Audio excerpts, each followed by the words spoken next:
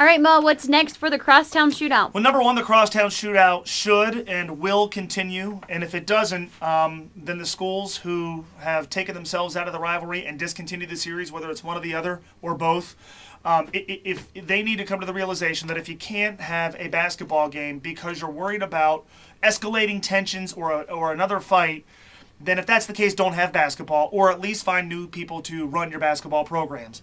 What needs to happen in a general sense, and this is multi-layered, but what needs to happen is, frankly, everybody needs to regain a sense of perspective.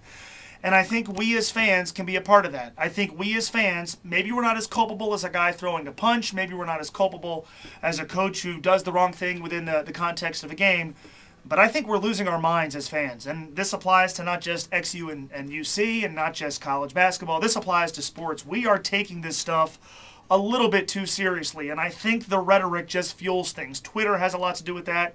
Frankly, talk radio can have something to do with that. The instant nature of our communication can have something to do with that. But the over-emotional reaction to sports, frankly, and I'm as big a sports fan as they come, and some of the best and worst moments of my life have centered around sports, we are absolutely losing perspective, whether it be with this game or whether it be with sports in general. For most of us, these things are fun. My identity is not tied to the result of a basketball game, and if yours is, you're a loser, and you're ruining it for the rest of us.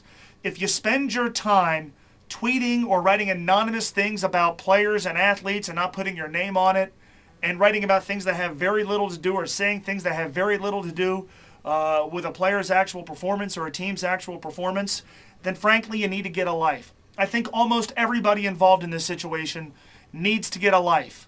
And I think fans are part of that. And frankly, not most of them, but the extreme lunatic fringes of fan bases, not just at UC and Xavier, but around sports. You're screwing it up for the rest of us. If you're taking this too seriously, you really need to do what Yancey Gates and what Desmond Wells and Tu Holloway and a lot of these people involved in this need to do.